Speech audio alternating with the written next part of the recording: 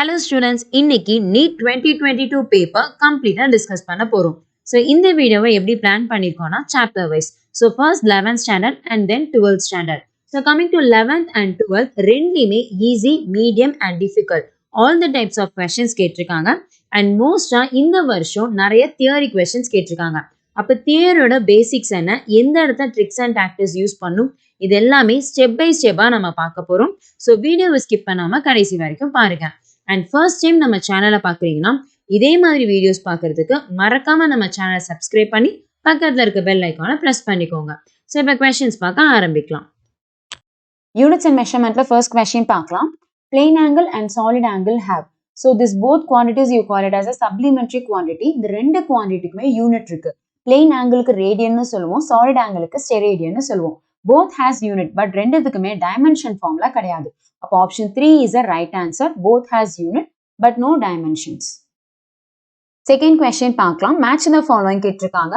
So இந்த எல்லா குவான்டிட்டிஸ்க்குமே நம்ம dimension formula கண்டுபிடிக்கணும். ஸோ ஒவ்வொன்றா ஸ்டார்ட் பண்ணலாம். First one is gravitational constant. So gravitational constant இருக்கிற மாதிரி நம்ம equation எடுக்கணும். That is universal law of gravitation. That is F is equal to G m1 m2 by r square. Where F is the force, m1 m2 ன்றது mass, r is the distance, g ன்றது gravitational constant, அதோட dimension formula கண்டுபிடிக்கணும். So first reform பண்ணலாம். That is g is equal to f r square by m1 into m2. So ஒன்னா substitute பண்ண ஆரம்பிக்கலாம். F ன்றது force, force ஓட dimension formula m l t power minus 2 and r ன்றது distance. So distance comes under length l, இங்க r square இருக்கிறனால l square by mass. So mass க்கு capital M and இங்கே capital M வரும்.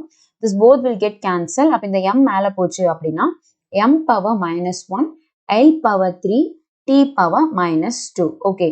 So அப்ப option பார்க்கலாம். Optionல எனக்கு M power minus 1, L cube, T power minus 2, second one ஓடது match ஆகுது.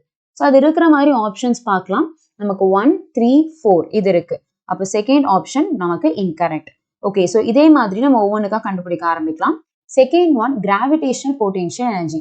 So energy na எந்த type of energy இருந்தாலும் அது same dimension தான் இருக்கும். Energyக்கே dimension formula same தான். So gravitational potential energy equation வச்சும் நம்ம try பண்ணலாம். Or else நீங்க energyல kinetic energy, potential energy எடுத்தாலும் கரெக்டாக தான் இருக்கும். So நான் இங்க வந்து gravitational potential energy வச்சு எடுத்துக்கிறேன். That is U is equal to minus G m1 m2 by R. So இங்க minus விட்டுறலாம், அது எடுக்க வேணாம். G ன்றது gravitational constant, அதோட dimension தெரியும். So substitute பண்ணலாம். அப்போ m power minus 1, L power 3, T power minus 2. So இங்க mass m1, m2 இருக்கா, அப்போ ரெண்டு mass வந்துரும். இங்க m, இங்க m. So distance இந்த இடத்துல L. அப்போ இங்க பாருங்க, நமக்கு இங்க minus 1 இருக்கு, plus 1 இருக்கு. அப்போ இது ரெண்டும் cancel ஆயிரும். Balance நமக்கு என்ன இருக்கும்? m. இது L power 1. Numeratorக்கு போயிடுச்சுன்னா minus 1. அப்போ 3 minus 1 வந்து 2. So m L square T power minus 2. So இதுதான் நமக்கு gravitational potential energy. அப்போ இது இதோட மேட்ச் ஆகுதுன்னு பாருங்க. B வந்து அப்போ 4 ஓட மேட்ச் ஆகுது. ஸோ அப்போ B வந்து 4 ஓட மேட்ச் ஆகுதுன்னா அங்கேயும் பாருங்க 1 and 4ல இருக்கு. அப்போ தேர்ட் ஆப்ஷன் வந்து இன்கரெக்ட். அண்ட் அதே மாதிரி Cக்கு பார்க்கலாம். Cன்றது கிராவிடேஷனல் பொட்டென்ஷியல். ரொம்ப சிம்பிள். கிராவிடேஷனல் பொட்டென்ஷியல் எனர்ஜிக்கும் பொட்டென்ஷியலுக்கு என்ன டிஃபரன்ஸ் வரும்னா, இங்க எனக்கு ரெண்டு மாஸ் இருக்கு அப்படின்னா coming to the gravitational potential Gm by R ஒரே ஒரு மாஸ் மட்டும் இருக்கும். அப்போ எகெயின் அதே மாதிரி சப்ஸ்டியூட் பண்ணலாம், மைனஸ் விட்டுலாம். G ன்ற இடத்துல m minus 1, L power 3, T power minus 2. And இந்த இடத்துல நமக்கு m வரும், distance is L. And again இது ரெண்டும் cancel ஆயிரும். இது மேல போச்சு அப்படின்னா L square T power minus 2. So this is gravitation potential. அப்ப இதோட match ஆகும். That is C is matching with first one. So L square T power minus 2. அப்ப match ஆகிற மாதிரி பாருங்க. Option 4 is the right answer. இதே டைரக்டா சொல்லிடலாம். If you want, நீங்க லாஸ்ட் ஒனுக்கும் ட்ரை பண்ணி பார்க்கலாம். That is gravitational intensity.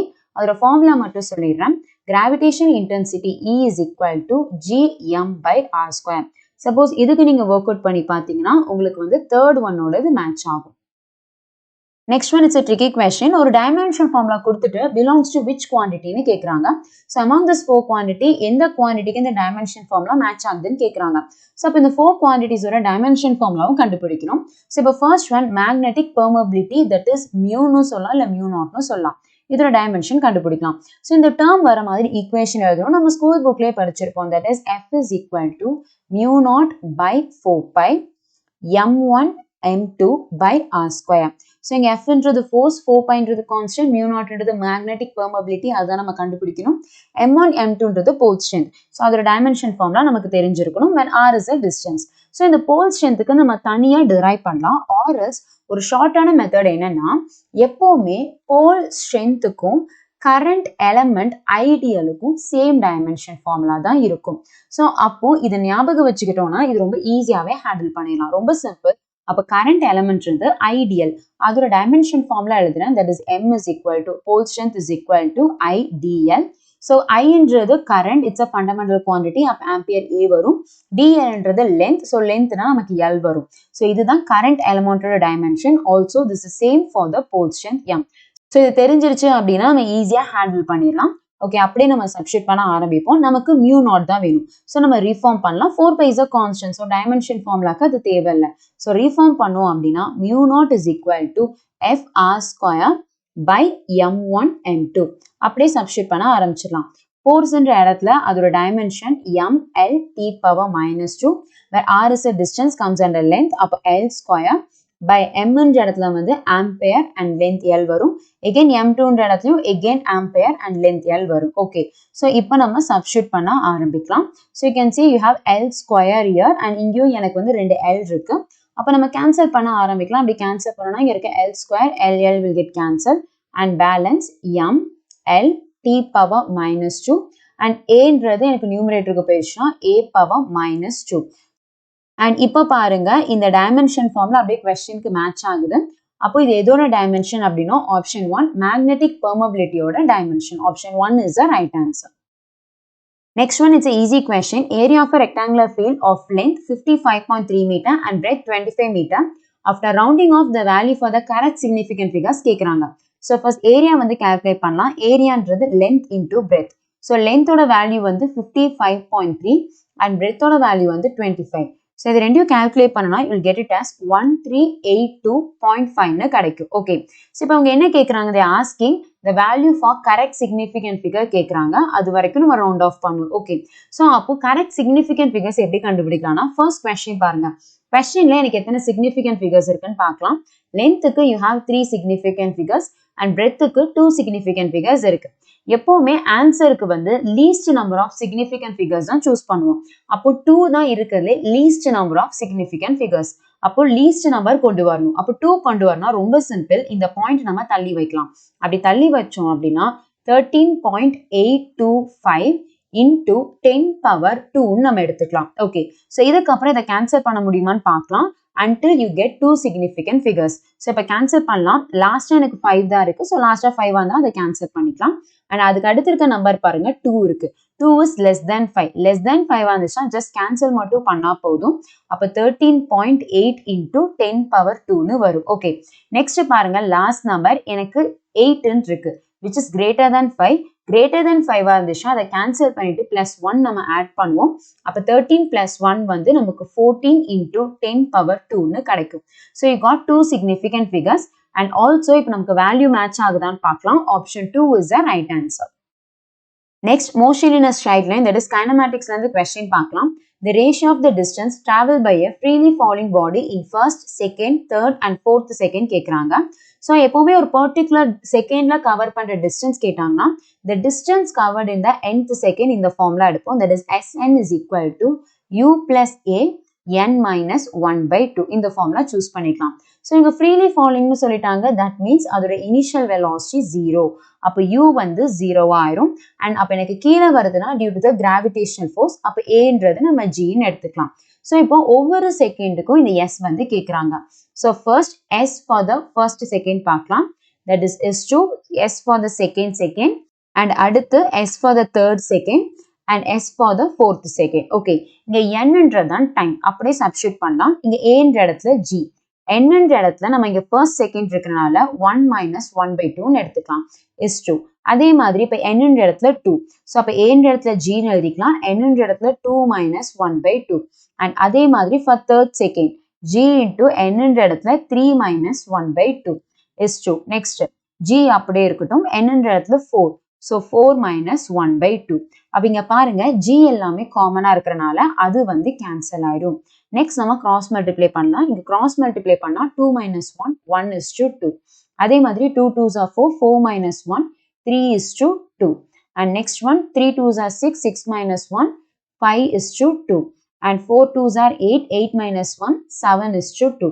2 எல்லாம் காமனா இருக்கு. அப்ப நம்ம 2 கேன்சல் பண்ணோம் அப்படின்னா balance you'll get it as 1:3:5:7. So we'll check the option. Option 2 is the right answer. Next one, graph sum la கேட்டிருக்காங்க. The displacement time graph of two moving particles making angle 30 degree and 45 degree with x-axis as shown in the figure. The ratio of the respective velocity கேக்குறாங்க. ரொம்ப simple. displacement time graphல slope எடுத்தோம்னா you'll get velocity. ஸ்லோப்புக்கு டோட்டலா ரெண்டு formula இருக்கு. First one, slope is equal to change in y-axis by change in x-axis. இது first one எடுத்துக்கலாம். Suppose angle வச்சு கேட்டாங்கன்னா slope is equal to tan theta எடுத்துக்கலாம். So இங்க slope அப்படின்றது தான் velocity. So velocity of the A and B ரெண்டுமே கேட்டிருக்காங்க. So இது வந்து A ன்னு எடுத்துக்கலாம், இது வந்து B ன்னு எடுத்துக்கலாம். So first one, velocity of A. நம்ம slope எடுக்கணும். So slopeக்கு இங்க angle கொடுத்திருக்காங்க, tan theta நம்ம எடுத்துக்கலாம். So அப்போ tan 30. அதே மாதிரி velocity of B. Again slope தான் எடுக்கணும். slopeக்கு பதிலா tan theta எடுத்துக்கலாம். அதோட angle நமக்கு என்னன்னு சொல்லியிருக்காங்க 45. ரேஷியோ கேட்டிருக்காங்க. ரேஷியோ கேட்டனால டைரக்டா டிவைட் பண்ணலாம். டிவைட் பண்ணோம்னா tan 30 வந்து 1/√3 and tan 45 வந்து 1. அப்போ நம்ம கால்குலேட் பண்ணோம்னா 1/√3. So we'll check the option. Option 2 is the right answer. அடுத்து motion in a plane ல இருந்து question பார்க்கலாம். A ball is projected with the velocity 10 meter per second at an angle 60 degree with the vertical direction. So imaginary projectile எடுத்துக்கலாம். Let us consider this is projectile and இதுதான் ball. They are throwing with the velocity of 10 meter per second னு சொல்லிருக்காங்க. அதான் initial velocity u, that is 10. So இப்போ என்னன்னா it's making an angle theta with vertical direction. அப்போ இந்த இடத்துல தான் எனக்கு angle make பண்ணுது. So எதோட angle make பண்ணுதோ அதுதான் எனக்கு x axis. அப்போ இது u அப்படின்னா இதை நம்ம u cos theta ன்னு எடுத்துக்கலாம். And இந்த side horizontal இருக்கிறது u sin theta ன்னு எடுத்துக்கலாம். Okay. அவங்க கேட்கறது it's speed at the maximum point of the trajectory கேட்கறாங்க. So ரொம்ப சிம்பிள். எப்பவுமே vertical velocity வந்து வேரி ஆகிக்கிட்டே இருக்கும். Because இது மேலே போயிட்டே இருக்கு against the gravity. அப்போ மேலே போக போக போக போக velocity வந்து decrease ஆகிட்டே இருக்கும். Maximum heightல vertical velocity vy வந்து 0 ஆயிடும். But horizontal velocity remains constant. So இந்த இடத்துல u sin theta னா இந்த இடத்துலயும் எனக்கு u sin theta தான் இருக்கும். Even maximum heightலயும் speed வந்து u sin theta தான் இருக்கும். அப்போ maximum heightல எனக்கு vertical velocity 0 but horizontal velocity இருக்கு, that is u sin theta. அப்போ calculate பண்ண ஆரம்பிக்கலாம். Vx is equal to u sin theta. uன்றது initial velocity நம்ம சொல்லியாச்சு, that is 10 into sin 60. Okay, இப்போ நம்ம substitute பண்ண ஆரம்பிக்கலாம். 10 into sin 60ன்றது √3/2. அப்போ நம்ம cancel பண்ணோம் அப்படின்னா this is 1 and 5. You'll get the answer as 5√3 meter per second. So we'll check the option. Option 4 is the right answer. Next, laws of motion ல இருந்து பார்க்கலாம். An electric lift with a maximum load of 2000 kg lift plus passenger is moving up with a constant speed of 1.5 meter per second. Okay, let us consider imaginary ஒரு lift எடுத்துக்கலாம்.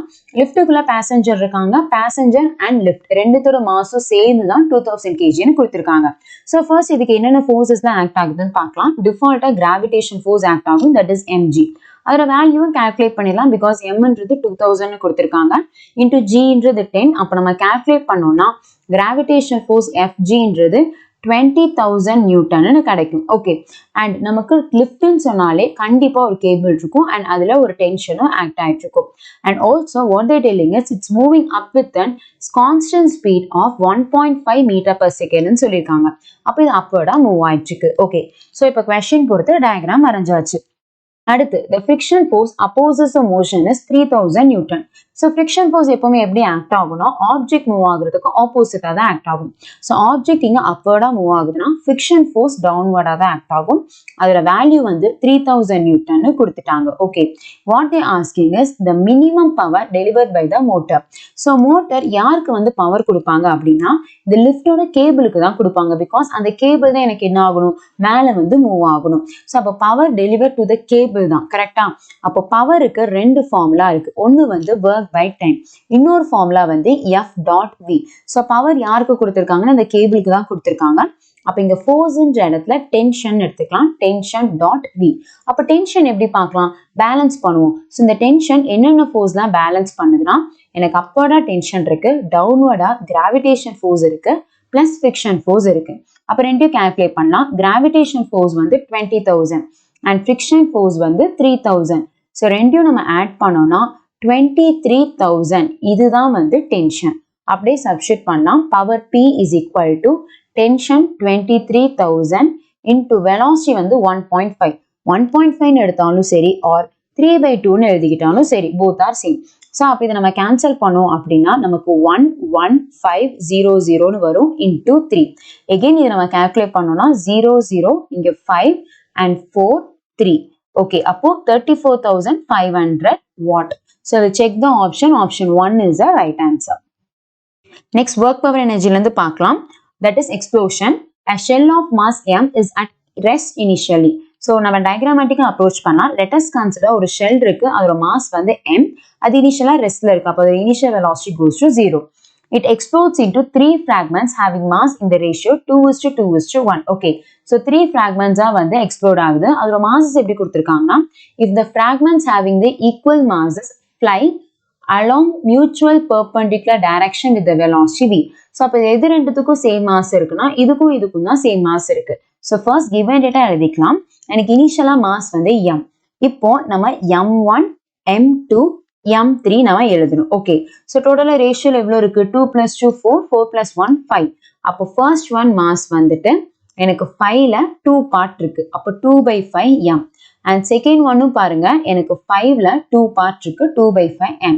And third one வந்து 1/5 m. Okay, so இப்போ அவங்க condition பாருங்க, if the fragment having the equal mass fly along perpendicular direction. Equal mass எதுக்கும் இருக்குன்னா m1க்கும் m2க்கும் இருக்கு.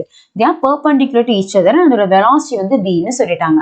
So let us consider, எனக்கு first fragment வந்து x axisல போகுது, அதோட mass வந்து 2/5m, அதோட velocity வந்து v. So இது x axis வேணும்னா நம்ம i வெக்டார்னு எழுதிக்கலாம். So இதுக்கு perpendicular தான் இன்னொரு fragment இருக்கு, அது வந்து j axisல போகுதுன்னு எடுத்துக்கலாம். அதோட massம் நமக்கு என்னது? 2/5m. and அதோட velocity v and அது y axisல இருக்கு இல்லையா? ஸோ நம்ம மைனஸ் ஜேன்னு எடுத்தாலும் சரி பிளஸ் ஜேன்னு எடுத்தாலும் சரி, both are same. Okay, so இப்போ ரெண்டு இது வரைஞ்சாச்சு. Third one, the velocity of the third fragment. அது நமக்கு தெரியாது, எந்த டைரக்ஷன்ல போச்சுன்னு தெரியாது. ஓகே, பட் அதோட மாஸ் நமக்கு தெரியும், that is 1/5m சொல்லிட்டு. அதோட velocity தெரியாது, ஸோ v டாஷ்னு எடுத்துக்கலாம். ஓகே, ஸோ இப்போ டயக்ராமேட்டிக்கா அப்ரோச் பண்ணியாச்சு. அவங்க கேட்கறதே speed of the third fragment, that is v dash. இப்போ நம்ம சப்ஸ்டிட்யூட் பண்ண ஆரம்பிக்கலாம். தட் இஸ் எக்ஸ்ப்ளோஷனாலும் சரி கொலிஷனாலும் சரி, always momentum is conserved. That is initial momentum is equal to final momentum. So initial momentum பார்க்கலாம், mass into velocity. So initial velocity என்ன? 0. So velocity 0 னா momentumம் 0. So 0 that is equal to final momentum பார்க்கலாம். 3 fragments இருக்கு, p1 plus p2 plus p3 இருக்கு. Okay, அப்படியே substitute பண்ண ஆரம்பிக்கலாம். That is 0 is equal to p1 ன்ற இடத்துல mass into velocity. So first ஒனுக்கு mass வந்து 2/5m, velocity vi vector. அதே மாதிரி p2 ன்ற இடத்துல mass வந்து 2/5m, velocity v j vector. plus p3 நம்ம பார்க்கணும், அதோட mass வந்து 1/5m, velocity ஓட வேல்யூவும் தெரியாது, டைரக்ஷன் தெரியாது. So v டாஷ்னு எடுத்துக்கலாம். ஸோ இது அப்படியே ஆப்போசிட் சைட் கொண்டு போனோம்னா minus of 2/5m vi vector plus 2/5m v j vector, that is equal to 1/5m v dash. Okay, so இங்க 1/5m காமனா எடுத்துக்கலாம். அப்போ minus 1/5m, even 2 கூட காமனா எடுத்துக்கலாம். அப்போ 2வும் காமனா எடுத்துட்டோம்னா 2/5m, vயும் காமனா எடுத்துக்கலாம். Balance i vector plus j vector, that is equal to 1/5m v dash. அப்போ எதெல்லாம் கேன்சல் ஆகுதுன்னு பாருங்க. இங்க m cancel ஆயிடுச்சு, 5 cancel ஆயிடுச்சு. So minus 2 v into i vector plus j vector. But option பாருங்க, optionல வேல்யூவா மட்டும்தான் இருக்கு. So you can take square root. அப்போ square root of 1 square plus 1 square, that is equal to v dash. அப்போ 1 plus 1 என்ன? 2 அப்போ minus 2 root 2 v, that is equal to v dash. So நம்ம value மட்டும் பார்த்தா போதும். So v dash is equal to 2 root 2 v. So we'll check the option. Option 1 is the right answer. Next, system of particles and rotation dynamics the question பார்க்கலாம். Two objects of mass 10 kg and 20 kg respectively are connected to two ends of a rigid rod of length 10 meter with negligible mass. Distance of the center of mass of the system from 10 kg. So டயக்ராமேட்டிக்காக approach பண்ணலாம். That is ரெண்டு mass இருக்கு 10 kg and 20 kg. They connected by a rod. அந்த ராடோட லென்த்தும் கொடுத்துட்டாங்க. இப்போ அவங்க கேட்கறது இந்த சிஸ்டமுக்கு சென்டர் ஆஃப் மாஸோட பொசிஷன் என்னன்னு கேட்குறாங்க. So from 10 kg mass. So reference 10 kg தானே. அப்போ ரொம்ப சிம்பிள், நம்ம எக்ஸ் அண்ட் ஒய் ஆக்சிஸ் எடுத்துக்கலாம். லெட் அஸ் கன்சிடர் இதுதான் ஒய் ஆக்சிஸ் அண்ட் இதுதான் எக்ஸ் ஆக்சிஸ். ஸோ 10 kg மாஸ்ல இருந்தா ரெஃபரன்ஸ் கேட்டிருக்காங்க. ஸோ அப்போ 10 kg வந்து ஒரிஜின்ல இருக்கிறத கன்சிடர் பண்ணிக்கலாம். ஸோ 10 kg மாஸ் வந்து ஒரிஜின்ல இருக்கு அண்ட் இதை வந்து ராடால கனெக்ட் பண்ணியிருக்காங்க அண்ட் இந்த இடத்துல நமக்கு 20 kg இருக்கு. ஓகே, அண்ட் டிஸ்டன்ஸ் வந்து அவங்களே சொல்லிட்டாங்க 10 மீட்டர். தட் மீன்ஸ் பாயிண்ட்ஸ் நம்ம வச்சோம் அப்படின்னா this is X axis and இது வந்து ஒய் ஆக்சிஸ். ஒய் ஆக்சிஸ்ல நமக்கு வந்து பாயிண்டே இல்லை, அப்போ அதை விட்டுருலாம். எக்ஸ் ஆக்சிஸ்ல இது வந்து 0 அண்ட் இது வந்து 10. ஓகே, பாயிண்ட் வந்து எழுதியாச்சு. இப்போ அவங்க கேட்கறது distance of the centre of mass. So X ஆக்சிஸ்ல மட்டும் சென்டர் ஆஃப் மாஸ் பார்த்தா போதும். அப்போ formula XCM is equal to so m1 x1 plus m2 x2 by m1 plus m2. Okay, ரொம்ப சிம்பிள். m1 இடத்துல நம்ம 10 kg எடுத்துக்கலாம். அதோட பொசிஷன் ஆரிஜின்ல இருக்கு, ஸோ 0 plus m2 இடத்துல 20 and x2 வந்து இங்க இருந்து 10 மீட்டர் தள்ளி இருக்கு, ஸோ பொசிஷன் 10 by மாஸ் எழுதலாம். 10 plus 20 வந்து 30. அப்போ இந்த டேர்ம் 0 ஆயிரும். பேலன்ஸ் நமக்கு இங்க 200 by 30. அப்போ கேன்சல் பண்ணோம் அப்படின்னா you will get it as 20 by 3 meter. So option 4 is the right answer. Next one, இது step by step பார்க்கணும். The ratio of radius of gyration of thin uniform disk about an axis passes through its center and normal to its plane to the radius of gyration of the disk about its diameter கேட்குறாங்க. So first of all ஒரு disk எடுத்துக்கலாம். டிஸ்க்லேயே நமக்கு ரெண்டு விதமாக கேட்டிருக்காங்க. So first one பாருங்க, radius of gyration of thin uniform disk about an axis passes through the center and normal to plane. Normal to பிளேன்னா நமக்கு பெர்பெண்டிகுலர் டு த பிளேன்னு அர்த்தம். ஸோ இப்போ இந்த டிஸ்க் இருக்குன்னா எனக்கு பெர்பெண்டிகுலர் டு த பிளேன்னா இதுதான் என்னோட ஆக்சிஸ். ஸோ இதை வந்துட்டு நம்ம moment of inertia along Z ஆக்சிஸ்னு சொல்லுவோம், which is normal to the plane. அதோட ஃபார்முலா mr²/2. இந்த இடத்துல ரேடியஸ் ஆஃப் கைரேஷன் கேட்டிருக்காங்க. ஸோ டேரக்டா சப்ஸ்டிட் பண்ணலாம். ரேடியஸ் ஆஃப் கைரேஷனோட ஃபார்முலா வந்து mk². ஸோ இது ஃபர்ஸ்ட் ஒன்ன்றனால k1ன்னு எடுத்துக்கிறேன். தட் இஸ் ஈக்குவல் டு அந்த பொசிஷன்ல இருக்க மொமெண்ட் ஆஃப் இனர்ஷியா mr²/2. அப்ப இங்க m கேன்சல் ஆயிரும். So k1 is equal to r²/2. இந்த ஸ்கொயருக்கு பதிலா ரூட் எடுத்துடலாம். அப்படி ரூட் எடுத்தோம் அப்படின்னா k1 is equal to r/√2. So this is equation number 1. Okay. And to the radius of gyration of disk about its diameter இருக்காங்க. So about the diameter na let us consider இதுதான் எனக்கு disk. And about the diameter அப்படின்னா either you can take x axis or y axis, எது வேணாலும் எடுத்துக்கலாம். நான் இங்க x axis எடுத்துக்க போறேன். இதுதான். ஸோ இதுதான் moment of inertia about the diameter. இது வந்து ix.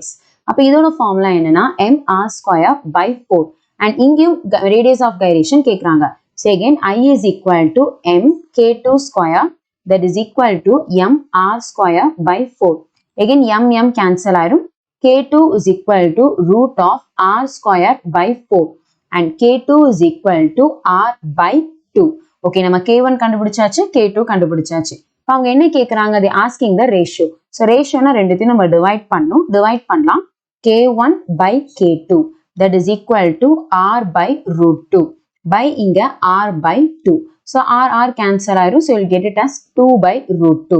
எப்பவுமே 2 வந்து √2 into √2ன்னு எழுதலாம். அப்போ இங்க ரெண்டு கேன்சல் ஆயிடுச்சுன்னா you'll get it as √2/1. அப்போ ஆப்ஷன் பார்க்கலாம். Option 4 is the right answer. Next one, the angular speed of a flywheel moving with a uniform angular acceleration changes from 1200 rotation per minute to 3120 rotation per minute in 16 seconds. So first given it எடுத்துக்கலாம். Initial and final frequency கொடுத்திருக்காங்க. So frequency எப்பவுமே rotation per secondல தான் இருக்கணும், but இவங்க மினிட்ல கொடுத்திருக்காங்க. அப்ப எப்படி கன்வெர்ட் பண்ணலாம்னா f is equal to 1200 rotation per minute. So minute நம்ம செகண்டுக்கு மாத்தலாம். That is 1200 rotation per செகண்டுக்கு மாத்துறோம் அப்படின்னா 1 minute is equal to 60 seconds. அப்போ 0 cancel பண்ணிடலாம். This is 1 and இது வந்து 20. அப்போ initial frequency 20. With respect to that initial angular velocity எழுதலாம். That is omega I is equal to 2 pi f. That is initial frequency. அப்படியே substitute பண்ணோம்னா omega I is equal to 2 pi f என்ற இடத்துல 20 இருக்கு. So 20 into 2 வந்து 40. So 40 pi இதுதான் initial angular velocity. அதே மாதிரி ஃபைனல் நம்ம பார்க்கலாம். ஸோ ஃபைனல் ஃப்ரீக்வன்சி என்னது 3120 rotation per minute.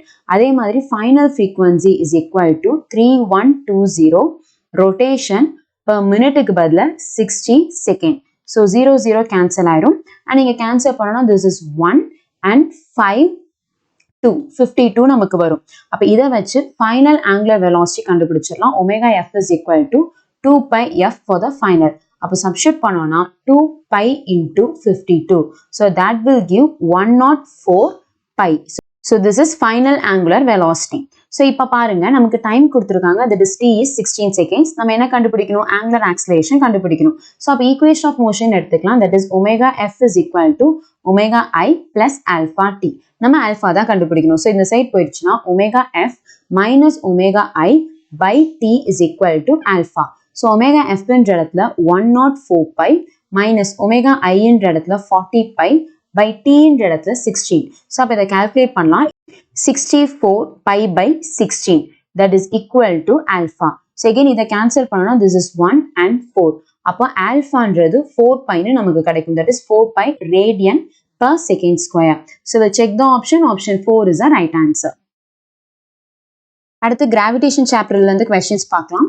A body of mass 60 gram experiences a gravitational force 3 Newton when placed at a particular point. The magnitude of gravitational field intensity at that point கேக்குறாங்க. So இது ரொம்ப simple. அவங்க force கொடுத்துட்டு gravitational field intensity கேக்குறாங்க. First நம்ம formula எடுத்துக்கலாம். Gravitation forceக்கான formula F is equal to G m1 m2 by r square. And in the meantime gravitational field intensity ஓட formula E is equal to G m by r square. So அப்ப இந்த equationக்கு என்ன differenceனா coming to the force நமக்கு ரெண்டு mass இருக்கு. coming to the gravitational field intensity ஒரே ஒரு mass தான் இருக்கு. So we can write F is equal to small m e where E is a mass. So இந்த equation மட்டும் தெரிஞ்சிருந்தா போதும். So இங்க force கொடுத்திருக்காங்க, mass கொடுத்திருக்காங்க, we have to find the E. So அப்ப substitute பண்ண ஆரம்பிக்கலாம். that is E is equal to F by m. So F ன்ற இடத்துல என்ன இருக்கு? 3 by m ன்ற இடத்துல வந்து 60 gram இருக்கு. that is 60 into 10 power minus 3 kg ன்னு எழுதிக்கலாம். So minus 3 வந்து மேல போயிடுச்சுன்னா plus 3 மாறிடும். அப்போ 3000 by 60. 0 will get cancelled. This is 1 and 50. அப்போ answer 50 forceக்கு வந்து நியூட்டன் வரும், மாஸ்க்கு வந்து by kg வரும். So 50 Newton per kg. Option 1 is the right answer. அடுத்து properties of matter, that is fluids வந்து question பார்க்கலாம். If a soap bubble expands, the pressure inside the bubble வந்து கேக்குறாங்க. So pressure ஓட basic formula எடுத்துக்கலாம். Pressure is equal to force by area. Okay. So இவங்க என்ன சொல்றாங்கன்னா soap bubble வந்து expand ஆகுது. expand ஆகுதுன்னா அதோட radius வந்து increase ஆகும். and இவங்க area வச்சு தானே பார்க்கணும். surface area of the sphere பார்க்கலாம். A is equal to 4 pi r square. அப்போ soap bubble expand ஆகும்போது அதோட radius increase ஆகும். radius increase ஆச்சுன்னா அதோட area of cross section increase ஆகும். and இப்போ நம்ம pressureக்கு பார்க்கலாம். இதோட area of cross section increase ஆகுதுன்னா inversely proportional இருக்கு. because of that pressure will decrease. அப்போ soap bubble expand ஆகும்போது அதோட area increase ஆகறனால pressure வந்து decrease ஆகும். So option 3 is the right answer. Next, it's a theory question. A spherical ball is dropped in a long column of a high viscous liquid. Okay, so first வந்து ஒரு லாங்கா ஒரு வந்து tube எடுத்துக்கலாம். So அதில் வந்து ஒரு லிக்விட் இருக்கு, அதுக்கு கண்டிப்பாக ஒரு விஸ்காசிட்டி இருக்கும். கரெக்டா? அவங்க கேட்கறது the curve in the graph shown which represents the speed of the ball as function of time. Okay, so as a function of time speed of the ball எப்படி இருக்கும்னு கேட்குறாங்க. ஸோ ஃபர்ஸ்ட் ஒரு லிக்விட்ல நம்ம ஒரு பாலை ட்ராப் பண்ண உடனே நம்ம ட்ராப் தான் பண்றோம். அப்போ கண்டிப்பா அதோட இனிஷியல் வெலாசிட்டி 0வா தான் இருக்கும். கீழே வர வர வெலாசிட்டி ஃபர்ஸ்ட் வந்து இன்க்ரீஸ் ஆகும்.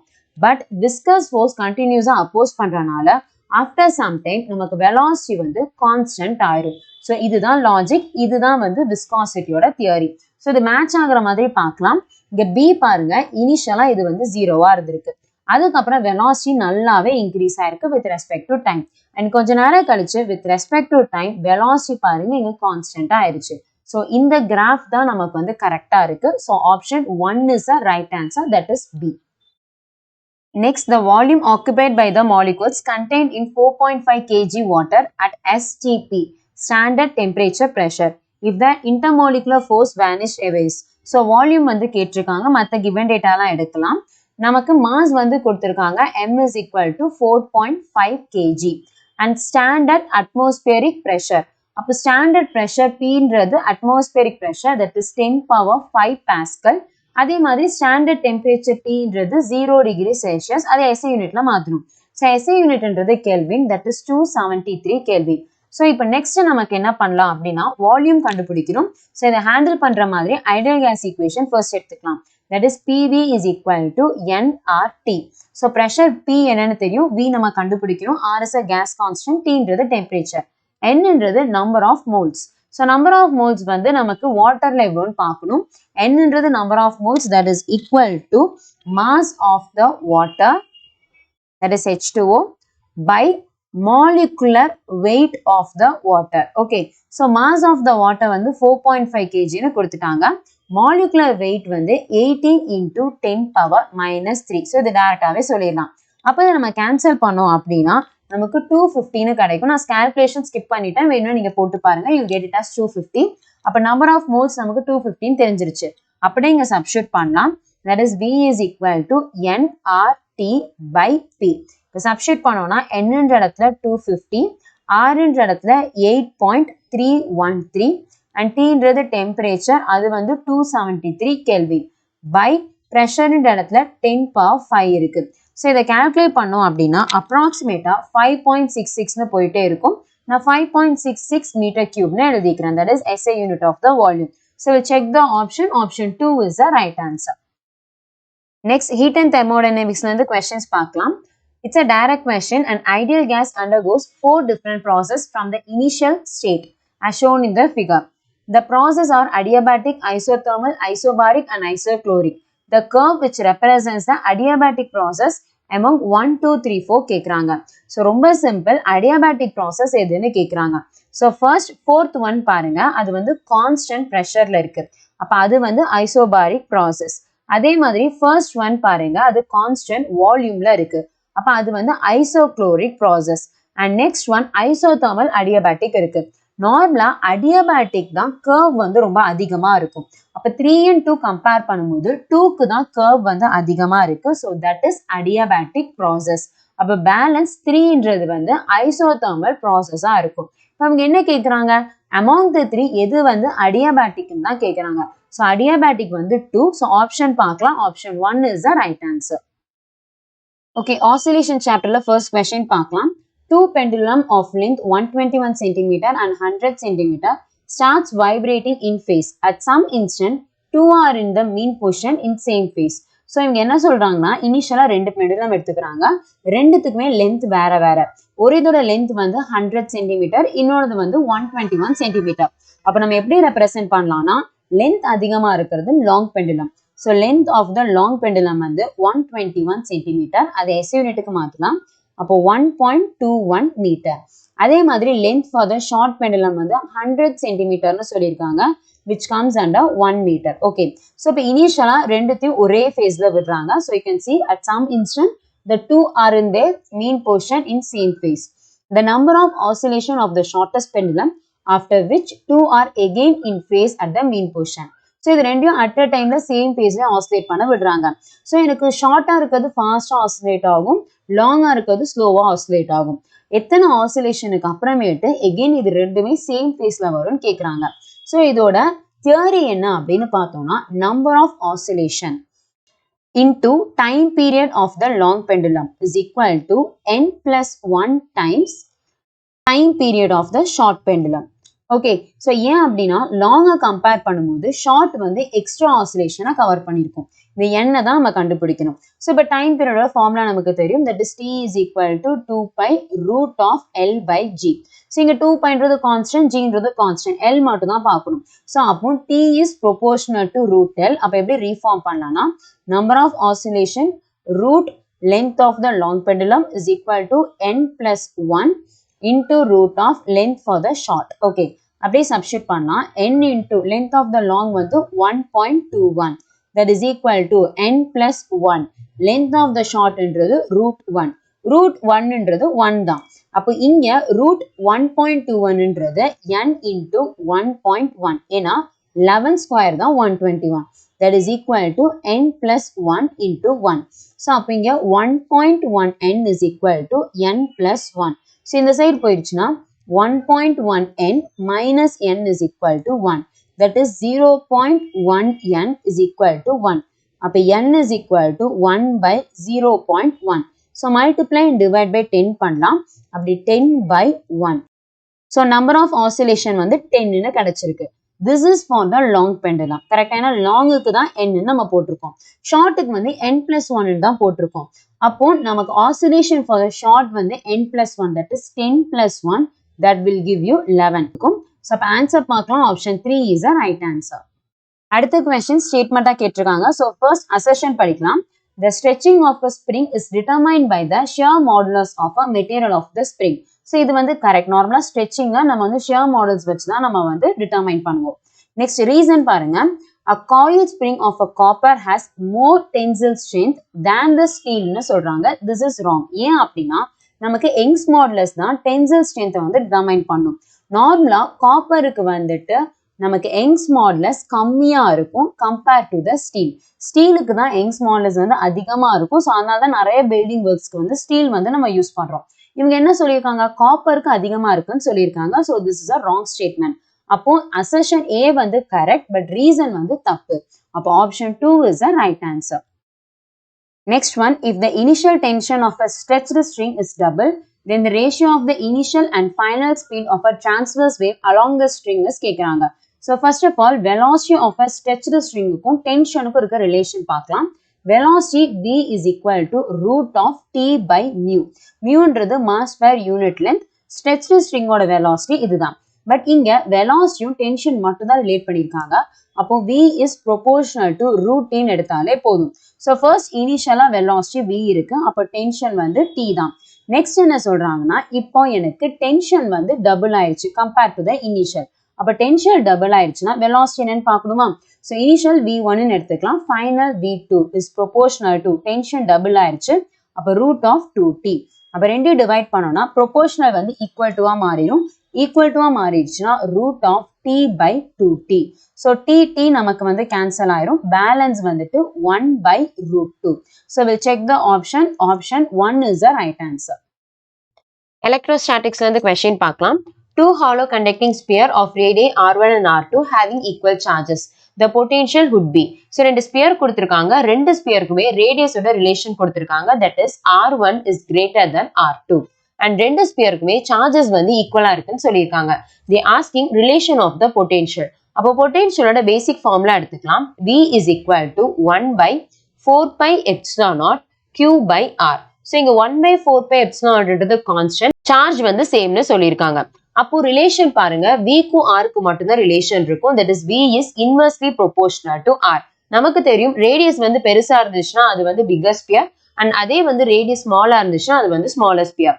So with respect to the radius நம்ம ரிலேஷன் எடுக்கலாம். இங்க radius R1 is greater than R2 சொல்லியிருக்காங்க. So பொட்டென்ஷியலும் ரேடியஸும் இன்வெர்ஸ்லி ப்ரொபோர்ஷனலா இருக்கு. அப்போ potential V1 is less than V2.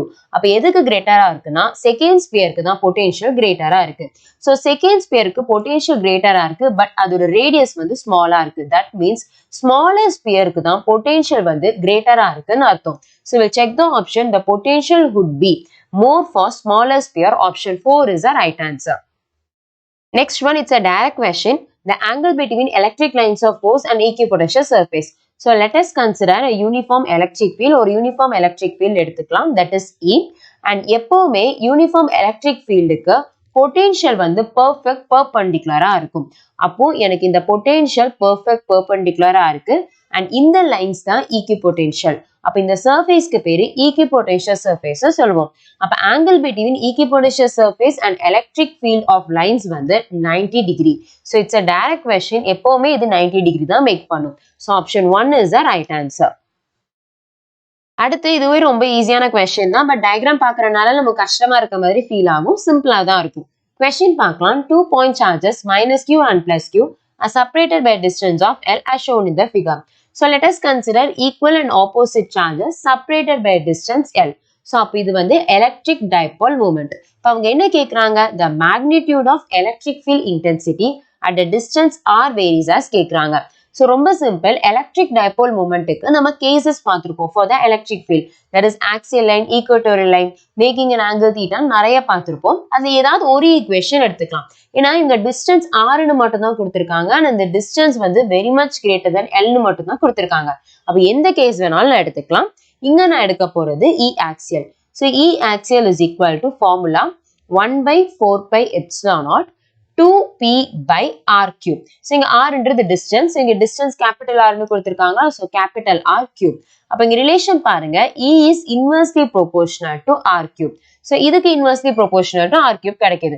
Suppose இங்க equatorial line க்கு பாத்தீங்கனாலும் இதே relation தான் கிடைக்கும். Even making an angle theta க்கு பார்த்தாலும் இதே relation தான் கிடைக்கும். So it's a general format. அப்ப டைரக்டா நம்ம option பார்க்கலாம். That is E is inversely proportional to r cube. Option 4 is the right answer. Next, இது ஒரு முக்கியமான question. Step by step பார்க்கணும். A capacitor of capacitance C is equal to 900 picofarad is charged fully by a 100 volt battery B as shown in the figure.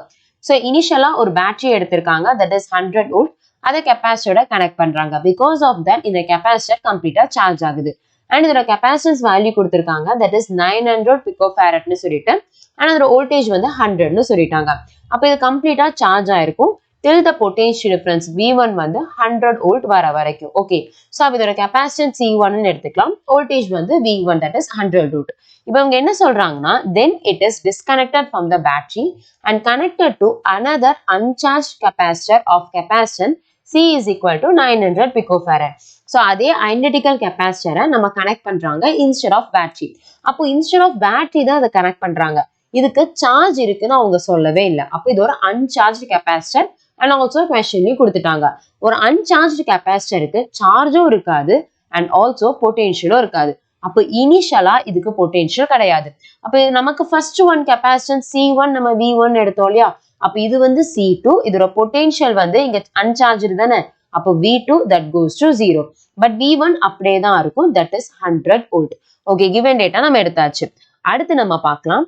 The electrostatic energy stored by the system கேக்குறாங்க. So first of all, இதோட energy கண்டுபிடிக்கணும்னா இதை வந்து resolve பண்ணும். Okay, so இங்க ஒரு capacitor வந்து completely சார்ஜா இருக்கு, இன்னொன்று வந்து அன்சார்ஜா இருக்கு.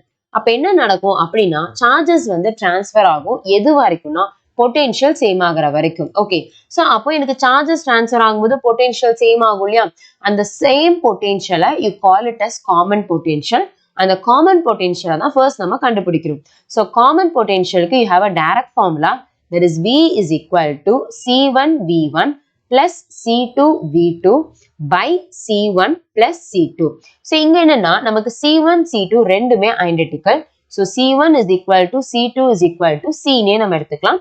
And C யோட வேல்யூ நமக்கு தெரியும். That is 900 picofarad. அப்படியே நம்ம சப்ஸ்டிட்யூட் பண்ண ஆரம்பிச்சிடலாம். Common potential V is equal to C1 ன்ற இடத்துல C, V1 ன்ற இடத்துல 100. Okay, plus C2 ன்ற இடத்துல C, V2 ன்ற இடத்துல 0 by C plus D வந்து 2C. ஓகே, அப்ப இங்க கால்குலேட் பண்ணலாம். நமக்கு 100C இது வந்து 0 ஆயிரும் by 2C. So C cancel ஆயிடுச்சுன்னா balance 100 by 2 that gives 50 volt. So அப்ப ஈச் கெப்பாசிட்டருக்கும் 50 volt கிடைக்கிற வரைக்கும் நமக்கு சார்ஜஸ் டிரான்ஸ்ஃபர் ஆகும். ஸோ இதுதான் நமக்கு காமன் பொட்டென்ஷியல் V. இப்போ அவங்க என்ன கேட்குறாங்க? எனர்ஜி ஸ்டோர்டு தானே கேட்குறாங்க. அப்ப டைரக்டா ஃபார்முலா எடுத்துக்கலாம். Energy stored in a capacitor that is U is equal to half CV square. But இங்க நமக்கு ரெண்டு கெப்பாசிட்டர் இருக்கு. அந்த ரெண்டு கெப்பாசிட்டரும் parallel கனெக்ட் பண்ணியிருக்காங்க. அப்போ இதை CPன்னு எடுத்துக்கலாம். இதை ரிசால்வ் பண்ணணும்னா பேசிக் formula CP is equal to C1 plus C2. But ரெண்டுமே ஐடென்டிக்கல் தானே? அப்போ C plus C ன்னு எழுதிடலாம். C plus C is 2C. அப்போ டைரக்டா சப்ஸ்டிட்யூட் பண்ணலாம். That is 1/2 into CP ன்ற இடத்துல 2C into V ன்ற இடத்துல காமன் பொட்டென்ஷியல் 50. ஸோ ஸ்கொயர்ல இருக்கு. அப்போ சப்ஸ்டிட்யூட் பண்ணலாம். 50 into 50. அப்போ இங்க 2 கேன்சல் ஆயிரும். C ன்ற இடத்துல 900 pico அப்படின்றது 10 power minus 12. பேலன்ஸ் 50 into 50 நமக்கு வந்து 2500 கிடைக்கும். ஓகே, ஸோ எகைன் நம்ம இங்க கால்குலேட் பண்ணலாம். ஃபர்ஸ்ட் நம்ம இந்த ஜீரோஸ்லாம் காமனா எடுத்துடலாம். இங்க பாருங்க, அப்ப 10 power 4 இங்க -12 இருக்கு. அப்போ பவர் பார்த்தோம்னா 10 power -8 நமக்கு கிடைக்கும். Balance 25 into 9. 25 into 9 வந்துட்டு 225 கிடைக்கும். அண்ட் இங்க ஆப்ஷன்ல பாருங்க எல்லாமே 10 power -6ல இருக்கு. அப்போ பாயிண்ட் வைக்கிறோம். அப்படி பாயிண்ட் வச்சோம் அப்படின்னா 2.25 into 10 power minus 6 ன்னு இருக்கும். Okay, we'll check the option. 2.25 into 10 power minus 6 joule. Option வந்து option 1 is the right answer. Next, current electricity ல question பார்க்கலாம். First question is a theory question. As the temperature increases, the electrical resistance. So, இது டைரக்டா சொல்லிடலாம். நார்மலா temperature increase ஆகுதுன்னா for conductors. கண்டக்டர்ஸ்க்கு வந்து resistance வந்து இன்க்ரீஸ் ஆகும். அதே செமிகண்டக்டர்ஸ்க்கு வந்துட்டு ரெசிஸ்டன்ஸ் வந்து டிக்ரீஸ் ஆகும். So we'll check the option. It increases for the conductors and decreases for the semiconductors. Answer, it's a direct question. Directly answer சொல்லிடலாம். Next, a copper wire of length 10 meter and radius 10 power minus 2 by root of pi meter has electrical resistance 10 ohm. The current density of the wire for an electric field strength 10 volt per meter கேக்குறாங்க. So first given data எடுத்துக்கலாம். என்னெல்லாம் கொடுத்திருக்காங்க? Length வந்து 10 மீட்டர்னு கொடுத்திருக்காங்க. And they have given the radius r is equal to 10 power minus 2 by root of pi and resistance r is equal to 10 ohm and electric field strength, that is electric field கொடுத்திருக்காங்க, E is equal to 10 volt per meter. Next இவங்க கேக்குறது current density. First நம்ம basic formulaவே எடுத்துக்கலாம். நம்ம இந்த formula அடிக்கடி பார்த்திருப்போம். That is current density is equal to conductivity into electric field. So இப்போ நமக்கு electric field கொடுத்துட்டாங்க. So டைரக்டா substitute பண்ணிடலாம். conductivity கண்டுபிடிக்கணும். conductivity கண்டுபிடிக்கணும் and resistance கொடுத்திருக்காங்க. அப்ப எப்படி play பண்ணலாம்னா resistance R is equal to rho L by A நமக்கு தெரியும். So இங்க rhoன்றது resistivity. conductivityக்கும் resisitivityக்கும் இருக்கிற relation என்னன்னா conductivity sigma is equal to 1 by rho, that is inversely proportional. அப்ப இங்க substitute பண்ணும்போது R is equal to rho க்கு பதிலா 1 by sigma, because inversely proportional தானே, 1 by sigma L by A ன்னு எடுத்துக்கலாம். நமக்கு sigma தான் வேணும். So reform பண்ணலாம். So sigma conductivity is equal to L by RA.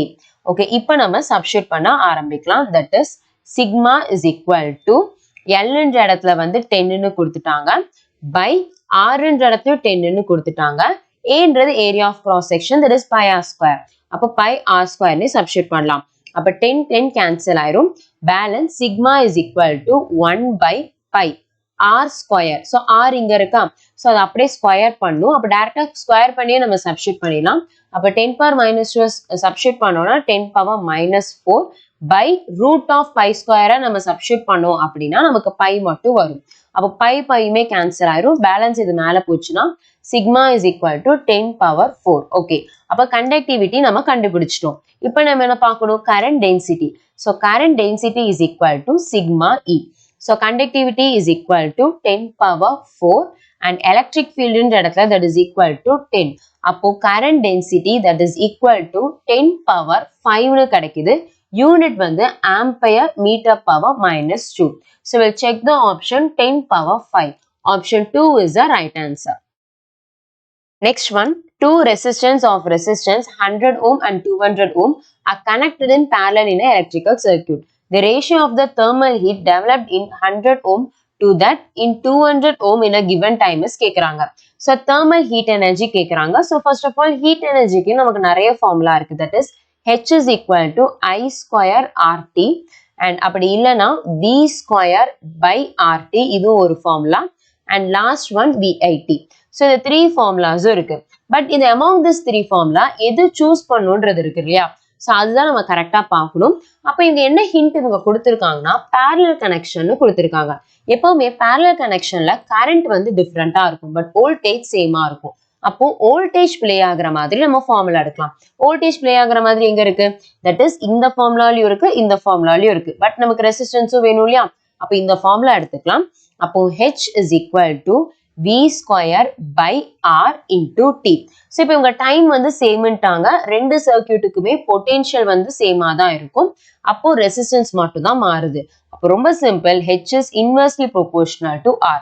Substitute பண்ணலாம். அப்போ H1 is inversely proportional to R1 and H2 is inversely proportional to R2. இப்போ divide பண்ணோம் அப்படின்னா H1 by H2 that is equal to, அப்படியே reciprocal பண்ணோம் அப்படின்னா R2 by R1. Okay, so R2ன்றது என்னது? 200 by R1 ன்ற இடத்துல 100. அப்போ 0 cancel பண்ணோம்னா 2 by 1, that is 2:1 தான் ரைட்டான answer. Option 4 is the right answer. அடுத்தது it's a direct question Wheatstone bridgeல இருந்து question பார்க்கலாம். Wheatstone bridge is used to determine the value of unknown value x by adjusting the variable resistance y. So இவங்க என்ன சொல்றாங்கன்னா நமக்கு எக்ஸ்ன்ற unknown value கண்டுபிடிக்கிறதுக்காக ஒய்ன்றது வேரியபிள் ரெசிஸ்டன்ஸ், ஸோ அதை வேரி பண்ணி நம்ம கண்டுபிடிப்போம்னு சொல்றாங்க. அவங்க கேட்கறது for the most precise measurement of X the resistance PNQ. அப்போ PNQ நம்ம கான்ஸ்டன்டா தானே வைப்போம். அப்போ இந்த PNQ எப்படி இருக்கணும்னு கேட்குறாங்க. ஸோ Wheatstone bridge அப்படின்னாலே நமக்கு கண்டிஷன் வந்து சாட்டிஸ்ஃபை ஆகணும். That is P/Q is equal to x/y சொல்லிட்டு அவங்க என்ன சொல்றாங்க அப்படின்னா எக்ஸ் வந்து நான் வந்து கண்டுபிடிக்கணும், ஒய் வந்து நான் வந்து சேஞ்ச் பண்ணிக்கிட்டே இருக்கேன் பிகாஸ் தட் இஸ் வேரியபிள். அப்போ P and Q எனக்கு எப்படி இருக்கணும்னு கேட்குறாங்க. ஸோ P and Q வந்து ரொம்ப சின்னதா இருக்கலாம், இல்லைன்னா இந்த P and Q எனக்கு அப்ராக்சிமேட்லி ஈக்குவலா இருக்கலாம். அப்படி எனக்கு ரெண்டுமே ஈக்குவலா இருந்துச்சு அப்படின்னா எனக்கு பர்ஃபெக்டான வேல்யூவை இது காமிக்கும். ஸோ இந்த டைரக்ட் தியரி கொஸ்டின், ஸோ டைரக்டாவே ஆன்சர் சொல்லிடலாம். ஸோ அப்போ ஆப்ஷன் பாருங்க, should be approximately equal or small. So option 4 is the right answer. Next, magnetic effects of current ல இந்த question பார்க்கலாம். A long solenoid of radius 1 millimeter and has number of turns per millimeter. If 1 ampere current flows in the solenoid, the magnetic field at the center of the solenoid கேக்குறாங்க. So solenoidக்கு டைரக்டா ஒரு formula இருக்கு, that is magnetic field B is equal to mu naught Ni. Okay, mu naught is a constant where n is the number of turns per unit length. So small n is equal to number of turns per unit length na number of turns வந்து 100 கொடுத்திருக்காங்க. per millimeter நம்ம வந்து மீட்டருக்கு மாத்துறோம். So millimeter metre convert பண்ணனும்னா 10⁻³ metre. Okay, அப்ப அப்படியே நம்ம substitute பண்ணோம்னா இந்த -3 நியூமரேட்டருக்கு போச்சுனா +3 ஆ மாறிடும். So that will be 10⁵ per meter. So இதுதான் small n and current கொடுத்திருக்காங்க. அப்ப சப்ஸ்டிட்யூட் பண்ண ஆரம்பிக்கலாம். B is equal to mu naught ன்ற இடத்துல 4π into 10⁻⁻7 and n ன்ற இடத்துல 10⁻+5 and current வந்து 1 ampere. அப்ப சப்ஸ்டிட்யூட் பண்ணோம்னா 4π into 10⁻⁻7 plus 5 வந்துட்டு -2. So 4π that is 4 into 3.14 into 10⁻⁻2 that is equal to 4 into 3.14 வந்துட்டு 12.56 into 10⁻⁻2 கிடைக்கும் and Tesla SI unit for magnetic field. அப்போ நம்ம ஆப்ஷன் பார்க்கலாம். Option 4 is the right answer. அடுத்தது from ampere circuital law for a long straight wire of circular cross section carrying steady current, the variation of magnetic field in the inside and outside region of the wire வந்து கேக்குறாங்க. So using ampere circuital theorem, ஒரு long straight wire and அதுக்கு ஒரு thickness இருக்கு, அதோட magnetic field relation கேக்குறாங்க. Let us consider இது வந்து ஒரு long straight wire and கண்டிப்பா அதுக்கு ஒரு thickness இருக்கும், கரெக்டா? ஸோ அதோட ரேடியஸ் வந்து நம்ம ஆர்ன்னு எடுத்துக்கலாம். இப்போ அவங்க கேட்கறது relation of the magnetic field. So it's a direct theory question. என்னன்னா நமக்கு inside the wire magnetic field B is proportional to ஆரா இருக்கும். அதே ஒன்ஸ் நமக்கு magnetic field outside the boundary பார்க்குறோம் அப்படின்னா B is inversely proportional to R. That means எனக்கு magnetic field சென்டர்ல இருந்து இந்த எட்ஜ் தட் இஸ் இந்த சர்ஃபேஸ் வர வரைக்கும் இன்க்ரீஸ் ஆகிட்டே இருக்கும். ஒன்ஸ் சர்ஃபேஸை விட்டு வெளியே வந்துருச்சு, பவுண்டரியை கிராஸ் பண்ணிருச்சு அப்படின்னா with respect to the distance magnetic field decrease ஆகிக்கிட்டே இருக்கும். ஸோ இது மேட்ச் ஆகிற மாதிரி நம்ம ஆப்ஷன் பார்க்கலாம். So first from the centre அது வந்து இன்க்ரீஸ் ஆகணும், அப்புறம் பவுண்டரி கிராஸ் பண்ணதுக்கு அப்புறம் டிக்ரீஸ் ஆகணும். அப்போ ஆப்ஷன் ஏ பாருங்க, லீனியரி increases as a function of distance r up to the boundary of a wire. So initially increase ஆகுதுன்னு சொல்லியிருக்காங்க. And then decreases 1 with 1/r ன்னு சொல்லியிருக்காங்க for outer region. So கரெக்டா இருக்கு. அப்போ option 1 is the right answer. Next again it's a theory question. ரெண்டு statement கொடுத்திருக்காங்க. First statement பார்க்கலாம். Statement number 1, Biot's savart law gives us the expression for the magnetic field strength of an infinitesimal current carrying element of the current carrying conductor only கேட்டிருக்காங்க. So இவங்க என்ன சொல்றாங்கன்னா இனிஷியலா ஒரு இன்ஃபரைட் long straight wire இருக்கு, அதுல current வந்து pass ஆயிட்டு இருக்கு. ஸோ இப்போ இதுக்கு வந்து using Biot's savart law magnetic field drive பண்ண முடியும்னு சொல்லியிருக்காங்க. அது வந்து கரெக்ட் தான், because using Biot's savart law தான் infinite long straight wire, circular coil எல்லாத்துக்குமே எக்ஸ்பிரஷன் எழுதியிருப்போம். அப்போ statement 1 is right.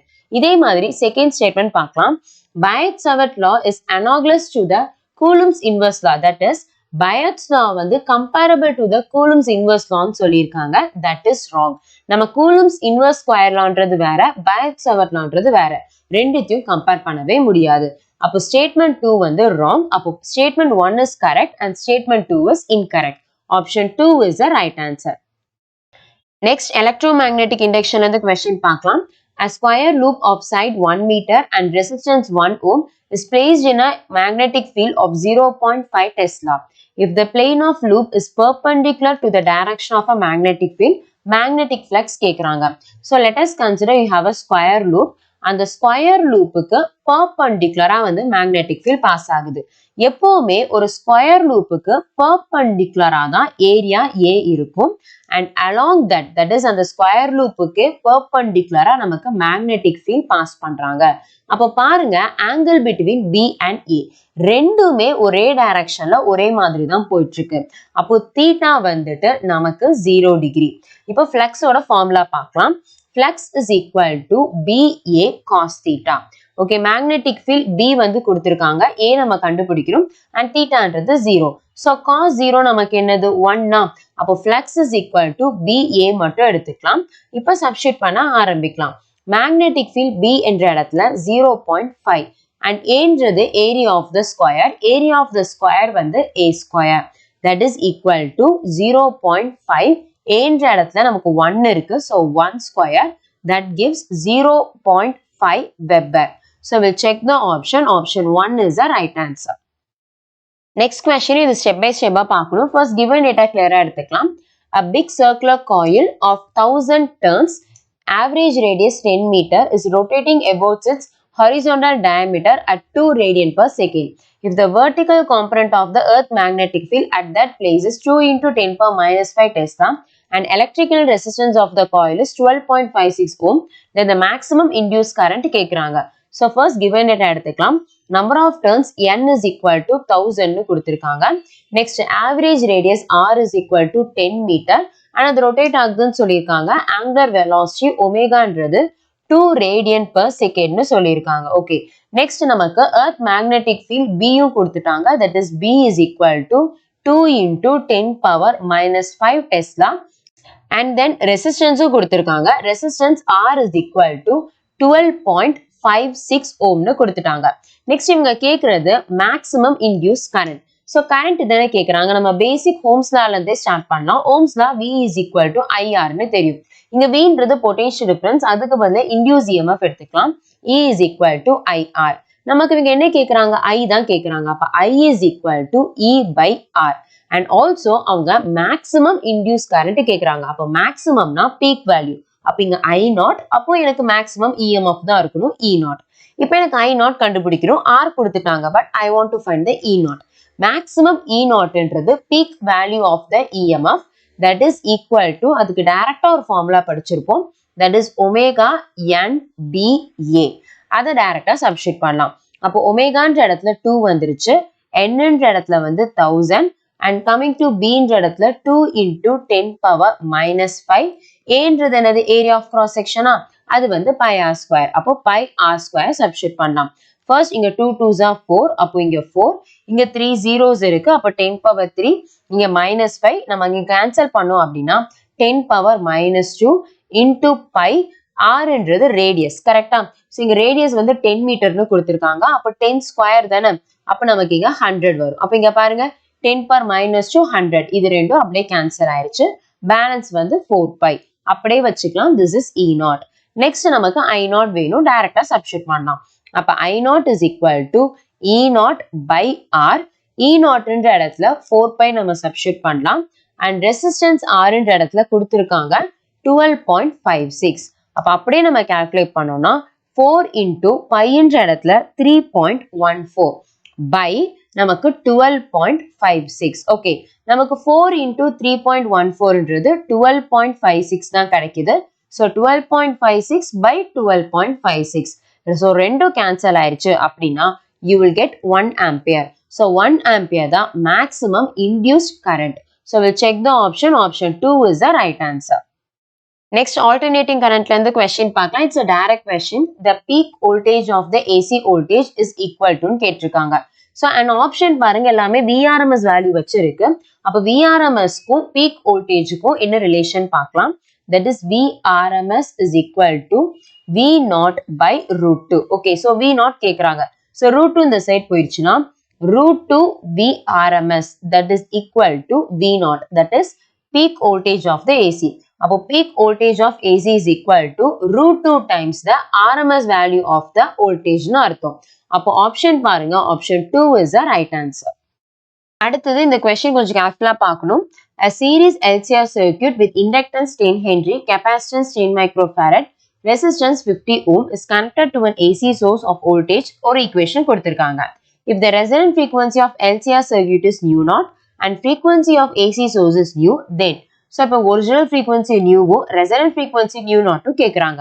So first இந்த relation எடுத்துக்கலாம். That is V is equal to 200 sin 100t. Okay. So இது எந்த ஃபார்மேட்ல இருக்கு அப்படின்னா V is equal to V0 sin omega t ஃபார்மேட்ல இருக்கு. அப்போ ஒமேகான்ற இடத்துல 100 எடுத்துக்கலாம். So அப்போ omega is equal to 100. So ஒமேகாவை expand பண்ணோம்னா 2 pi f. இந்த f தான் உங்க frequency கொடுத்திருக்காங்க. That is nu is equal to 100. அப்ப nu நம்ம கண்டுபிடிக்கலாம். nu is equal to 100 by 2 pi. அப்ப இதை கேன்சல் பண்ணோம்னா this is 1 and this is 50. அப்ப frequency nu is equal to 50 by pi. So நமக்கு வந்து ஒரிஜினல் frequency கண்டுபிடிச்சிட்டோம்.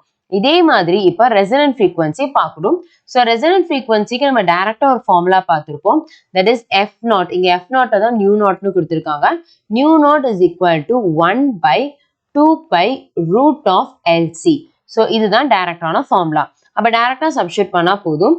அப்ப nu naught is equal to 1 by 2 pi root of L என்ற இடத்துல வந்து inductance. So inductance ஓட வேல்யூ கொடுத்திருக்காங்க. That is 10. And அதே மாதிரி C என்ற இடத்துல capacitance 10 micro. அப்ப 10 microன்றனால 10 into 10 power minus 6. So இப்ப இதை நம்ம சப்ஸ்டிட்யூட் பண்ணலாம். அப்போ 1 by 2 pi root of நமக்கு இங்க வந்து 2 0 இருக்கு. அப்ப இதோட கேன்சல் ஆயிருச்சுன்னா 10 power minus 4 வரும். So நமக்கு ரூட்டுக்குள்ள இருக்கு. அப்ப ரூட் விட்டு வெளியே வந்துருச்சுன்னா 1 by 2 pi into 10 power minus 2 வரும். அது நியூமரேட்டருக்கு போயிருச்சு அப்படின்னா plus 2 that is 100. So 100 by 2 pi கிடைக்குது. Again இங்க கேன்சல் பண்ணணும். This is 1 and 50. அப்போ resonant frequency nu naught is equal to 50 by pi hertz. Okay. So அப்ப பாருங்க ஒரிஜினல் frequency 50 by pi தான், resonant frequency 50 by pi தான். So we'll check the option. Option 4 is the right answer. Next, electromagnetic waves ல இருந்து question பார்க்கலாம். When light propagates through a material medium of relative permittivity epsilon r and relative permeability mu r, the velocity of light v is given by. So direct formula தான் இதை நம்ம பார்த்திருப்போம். நமக்கு vacuumல velocity of light c is equal to 1 by root of mu naught epsilon naught னு படிச்சிருப்போம். அதே நமக்கு வேற ஏதாவது ஒரு மீடியம் வருதுன்னா that is v is equal to 1 by root of epsilon r. அதே மாதிரி mu naught mu r னு வரும். ஸோ இங்க பாருங்க ஆப்ஷன்ல வித் ரெஸ்பெக்ட் டு c ல தான் கொடுத்திருக்காங்க. நமக்கு cன்றது என்ன தெரியும்? that is 1 by root of mu naught epsilon naught. அப்போ இந்த ஃபார்முலால 1 by mu naught epsilon naught மட்டும் எடுத்துடலாம். அதுக்கு பதிலா நம்ம c யை சப்ஸ்டிட்யூட் பண்ணிக்கலாம். அப்போ v is equal to c by balance நமக்கு என்ன இருக்கும்? epsilon r இருக்கா? So epsilon r into mu r. Okay. So we'll check the option. Option 2 is the right answer. It's a direct question. Next one, electromagnetic waves ல இருந்து கேட்டிருக்காங்க. So electromagnetic wave with respect to the wavelength நம்ம match பண்ணும். So நார்மலா electromagnetic wave எந்த ஆர்டர்ல சொல்லுவோம்னா radio wave, micro, infra, visible, UV, X-ray and last one gamma. So இந்த ஆர்டர்ல தான் சொல்லுவோம். இருக்கிறதே எதுக்கு லாங்கஸ்ட் வேவ்லென்த்னா ரேடியோ வேவ். இதுக்கு தான் வேவ்லென்த் வந்து லாங்கஸ்டா இருக்கும். எதுக்கு ஷார்டஸ்டா இருக்கும்னா எக்ஸ்ரேஸ் அண்ட் காமாஸ் தான் இருக்கிறதுலே ஷார்டஸ்டா இருக்கும். ஓகே. ஸோ அப்போ இருக்கிறதே லாங்கஸ்ட் எதுக்குன்னு பார்க்கலாம். 10 power 2 மீட்டர் தான் இருக்கிறதே அதிகமா இருக்கு. கரெக்டா? ஸோ அப்போ ரேடியோ வேவ் அதோட தான் மேட்ச் ஆகும். ஏன்னா ரேடியோ வேவ்க்கு தான் வேவ் லென்த் கிரேட்டரா இருக்கும். ஸோ இது இருக்கிற மாதிரி ஆப்ஷன் பார்க்கலாம். ஏ வந்து 2ஓட மேட்ச் ஆகுது. ஸோ ஏ வந்து 2ஓட மேட்ச் ஆகுதுன்னா அது தகுந்த மாதிரி ஒரே ஒரு ஆப்ஷன் தான் இருக்கு. That is option 3. That's the right answer. So இப்போ வேணும்னா இன்னொன்று கூட செக் பண்ணி பார்த்துடலாம். எக்ஸ்ரே எக்ஸ்ரே வந்துட்டு ஷார்ட்டா இருக்கணும்.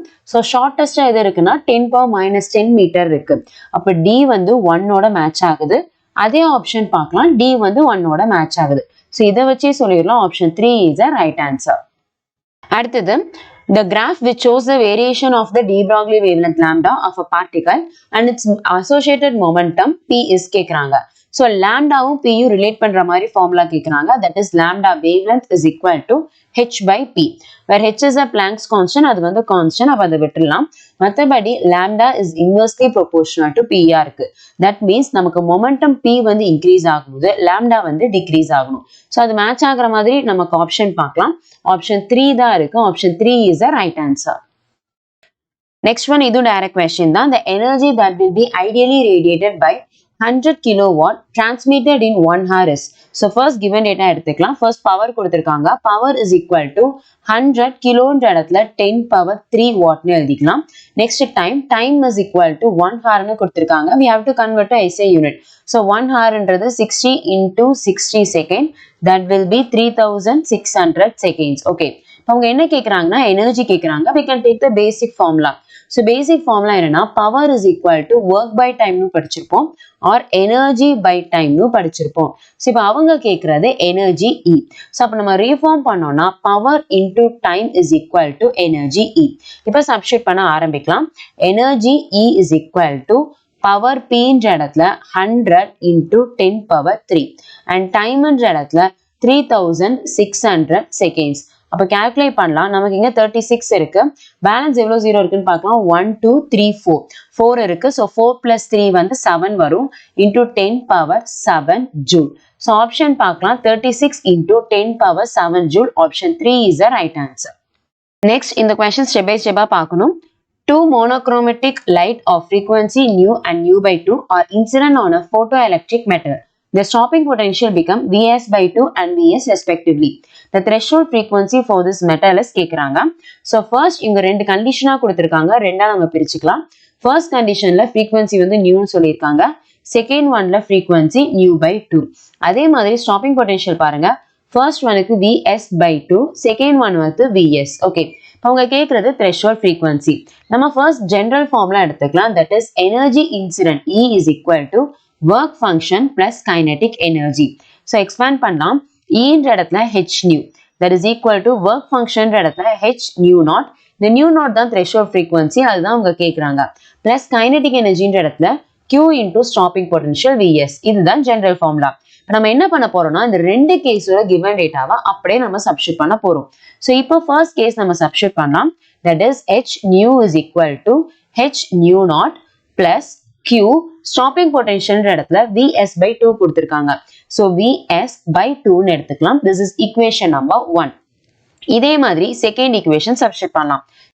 Second equationல frequency வந்து nu by 2 னு கொடுத்திருக்காங்க. So carefully substitute பண்ணலாம். h into nu by 2 that is equal to h nu naught plus q into stopping potential Vs. This is equation number 2. So இதுக்கு அப்புறமேட்டு upon the option நம்ம வந்து substitute பண்ணணும். ஆப்ஷன்ல பாருங்க nu இருக்கு but stopping potential இல்லவே இல்ல. அப்போ stopping potential neglect பண்ற மாதிரி தான் நம்ம substitute பண்ணணும். So இப்போ என்ன பண்ணலாம் அப்படின்னா இந்த term oppositeல எடுத்துட்டு போயிடலாம். அப்போ h nu by 2 minus h nu naught is equal to q into Vs. Okay. So இப்போ இந்த term அப்படியே இந்த first equationல substitute பண்ணி பார்க்கலாம். அப்படி substitute பண்ணோம் அப்படின்னா so h nu is equal to h nu naught plus 1 by 2 common எடுத்துக்கலாம். பேலன்ஸ் இந்த q Vs க்கு பதிலா இதை substitute பண்ணா that is into h nu by 2 minus h nu naught. Okay. So அப்ப இந்த term அப்படியே உள்ள போட்டும் அப்படி உள்ள போச்சு அப்படின்னா h nu is equal to h nu naught plus h nu by 2 2s are 4 வந்துரும் minus h nu by 2. Okay. So நமக்கு nu naught தான் வேணும். So first இந்த termல இந்த சைடு வச்சிடலாம். h nu ல ஆப்போசிட்டா கொண்டு போயிடலாம். இது ஆப்போசிட்ல கொண்டு போனோம் அப்படின்னா h nu minus h nu by 4. That is equal to இங்க நம்ம cross multiply பண்ணோம்னா 2 minus 1 வந்துட்டு 1 தான். So h nu naught by 2 தான் இருக்கும். Okay.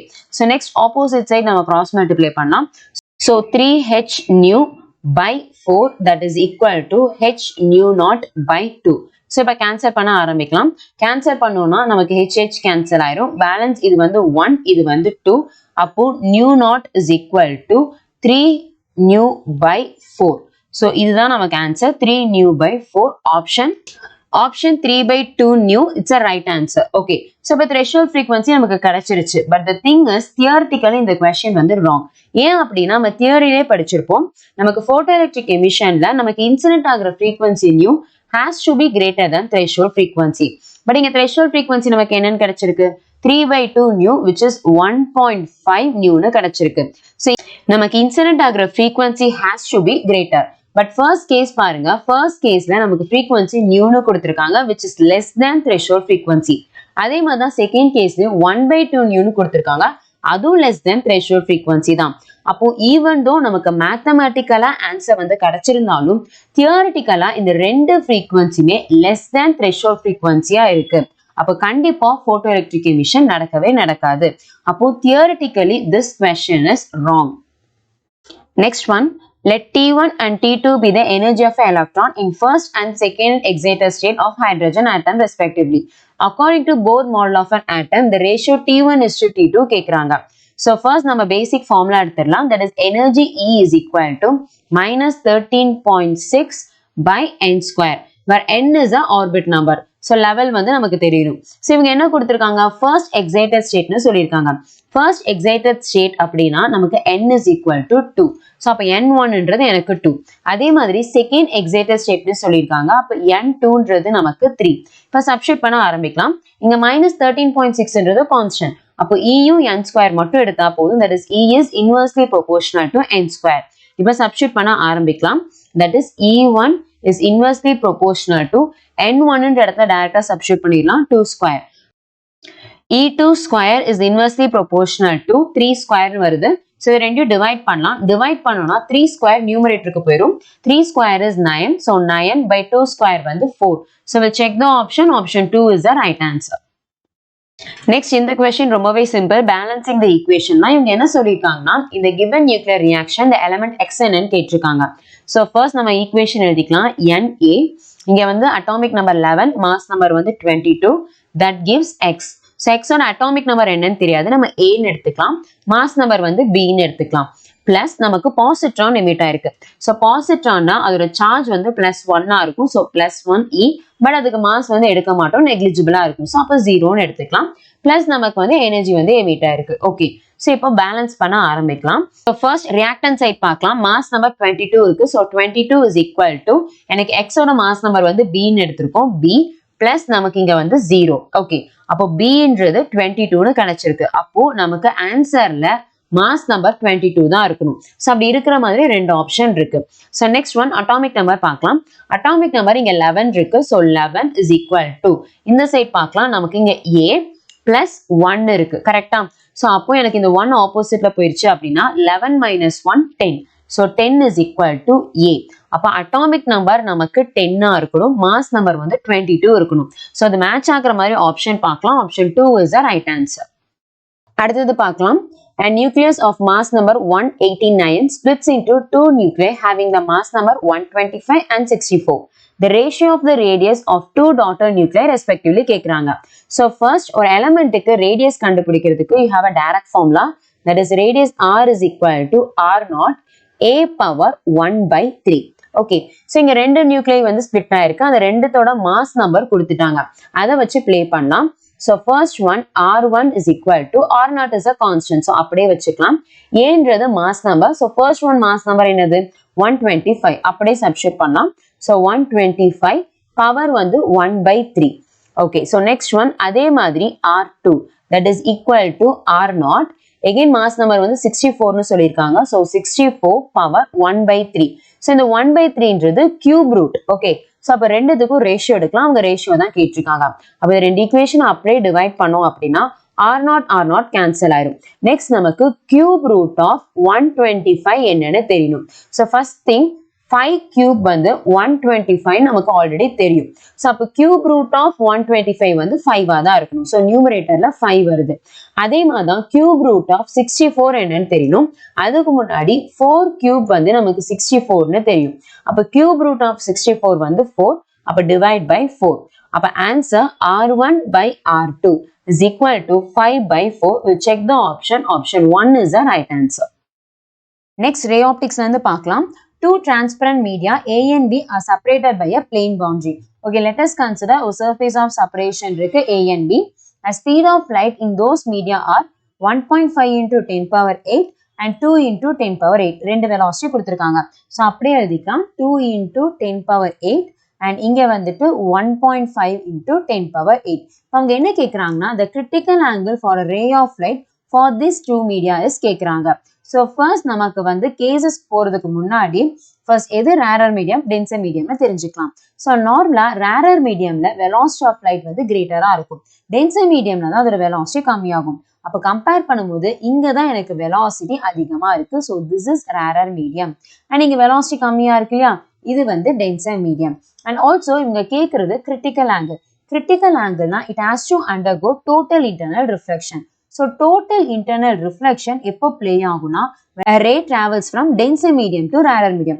Because denserல இருந்து rarerக்கு போகும்போது தான் it will bend away from the normal.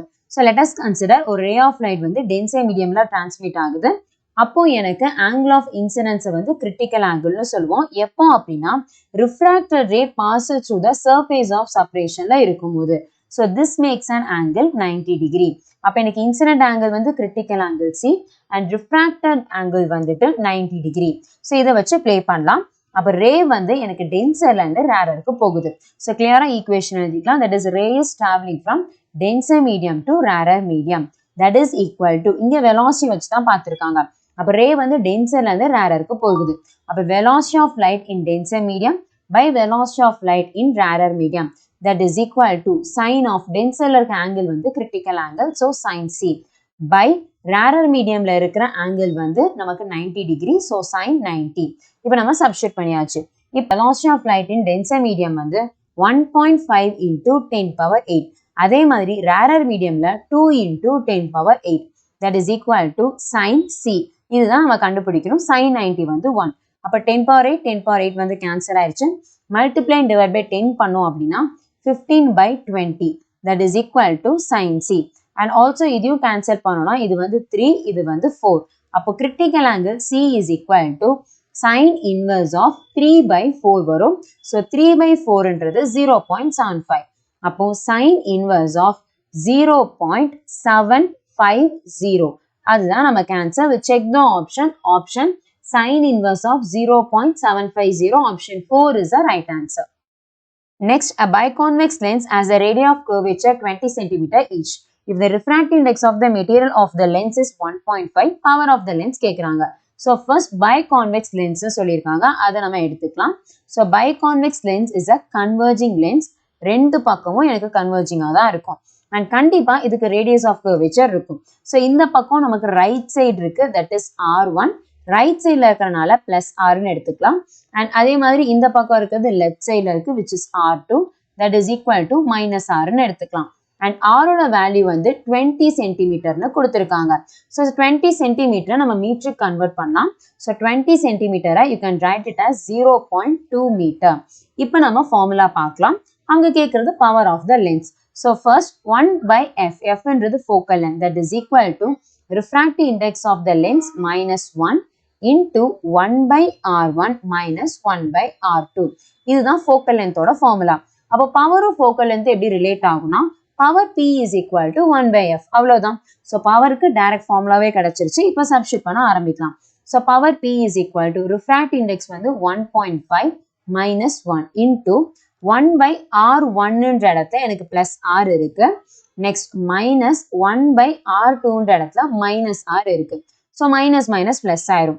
அதே மாதிரி 1.5 minus 1 வந்துட்டு 0.5 into minus minus plus அப்போ balance 2 by R. அப்போ R ஓட வேல்யூ 0.2னு கொடுத்துருக்காங்க. அப்போ substitute பண்ணோம்னா 0.5 into 2 by 0.2. Okay. So இப்போ cancel பண்ணா this is 1 and இது வந்து 0.1.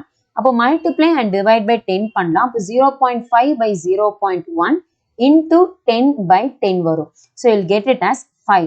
So 5 தான் நமக்கு கரெக்டான answer. So option 2 is the right answer. அடுத்து wave optics ல questions பார்க்கலாம்.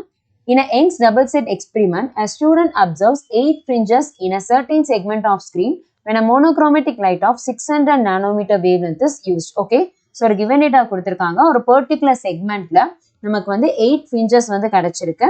அப்போ நமக்கு wavelength வந்து 600 nanometer.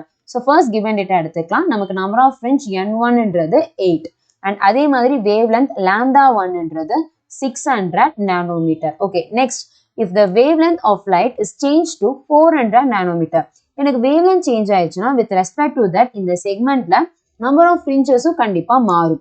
ஸோ அப்போ wavelength lambda 2 வந்துட்டு 400 nanometer ன்ட்டாங்க. அப்போ அவங்க கேட்கறது the number of fringes n2 என்னன்னு கேட்குறாங்க.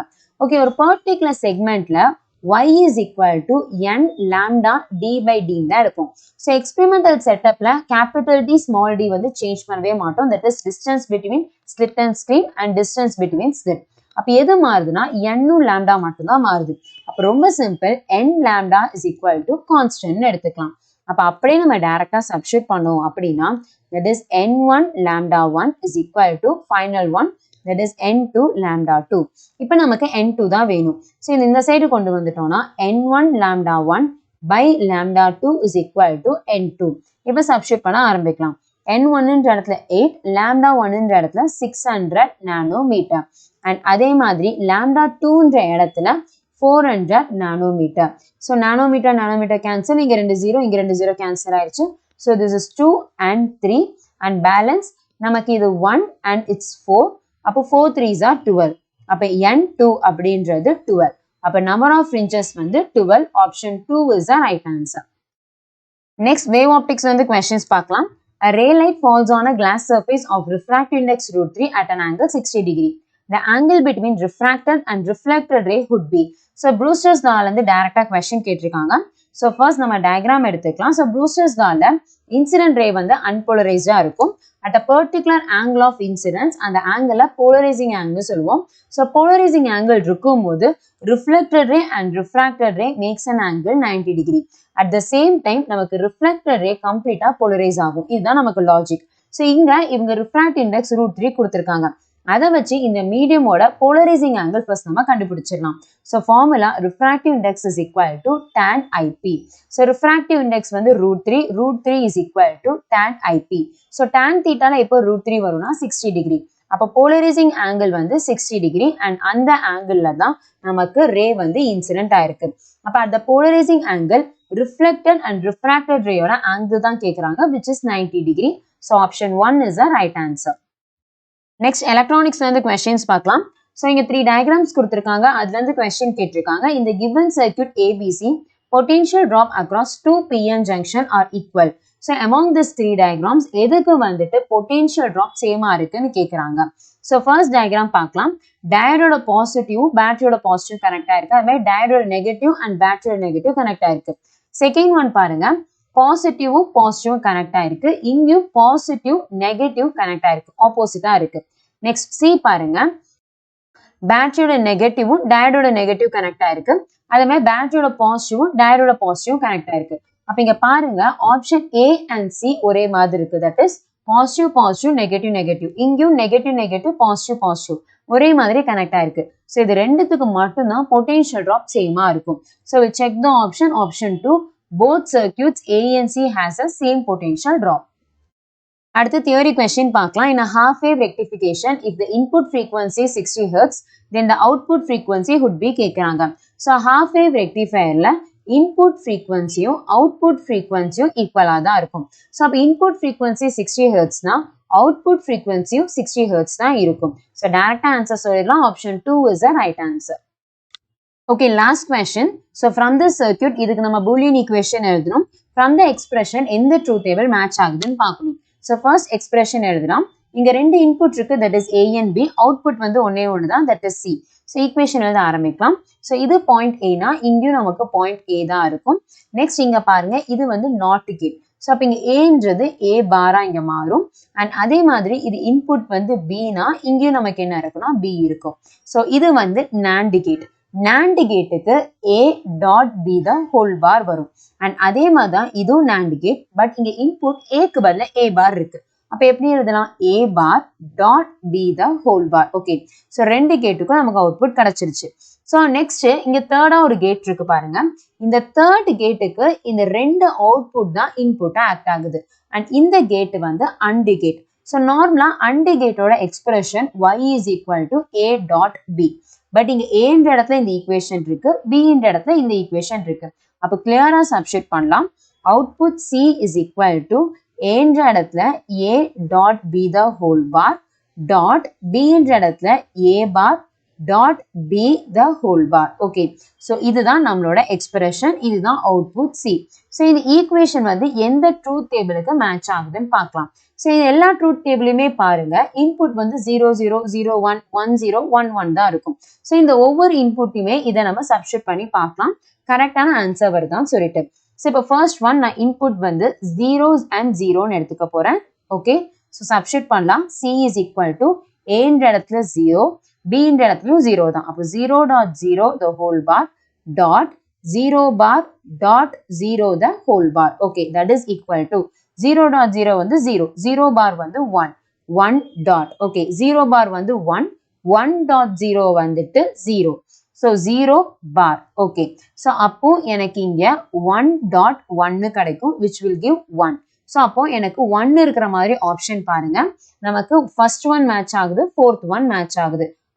அண்ட் நெக்ஸ்ட் அதே மாதிரி செகண்ட் ஒனுக்கு ப்ளே பண்ணி பார்க்கலாம். ஸோ செகண்ட் ஒன் வந்து இன்புட் 0 and 1. ஸோ அதே மாதிரி சப்ஸ்டிட் பண்ணோம். செகண்ட் ஒனுக்கு 0 and 1. அப்போ c is equal to 0 dot 1 bar dot 0 bar dot 1 the whole bar. That is equal to 0 dot 1 வந்துட்டு 0, 0 bar வந்து 1, 1 dot. இங்க 0 bar வந்து 1, 1 dot வந்து 1, 1 bar என்றது 0. ஸோ 1 dot 0ன்றது நமக்கு 0 தான். ஸோ இங்க ரெண்டுத்துலையுமே அது மேட்ச் ஆகுது. அண்ட் இதே மாதிரி தேர்ட் ஒன் பார்க்கலாம். தேர்ட் ஒன் வந்து 1 and 0, கரெக்டா? அதுமே சப்ஸ்டிட் பண்ணலாம். c is equal to 1 dot 0 bar dot 1 bar dot 0 the whole bar. That is equal to 1 dot 0 வந்து 0, 0 bar வந்து 1 dot 1 barன்றது 0, 0 dot 0, 0 barன்றது 1. அப்போ 1 dot 1 அப்படின்றது 1. ஓகே, அப்போ பாருங்க இது மேட்ச் ஆகுதுன்னு சொல்லிட்டு ஆப்ஷன் 1 தான் மேட்ச் ஆகுது. அப்போ இதை வச்சு நம்ம டைரக்டா சொல்லிடலாம், option 1 is the right answer. So இப்போ வீடியோட எண்டுக்கு வந்துட்டோம். இந்த வீடியோ உங்களுக்கு பிடிச்சிருந்துச்சுன்னா லைக் பண்ணுங்க. And if you have any suggestion R queries, next எந்த மாதிரி வீடியோ போடலான்ற ஐடியா இருந்துச்சுன்னா மறக்காம கமெண்ட் பண்ணுங்க. அண்ட் இதே மாதிரி வீடியோஸ் பார்க்கறதுக்கு நம்ம சேனலை சப்ஸ்கிரைப் பண்ணி பக்கத்துல இருக்க பெல் ஐக்கானை பிரஸ் பண்ணிக்கோங்க. Thank you students.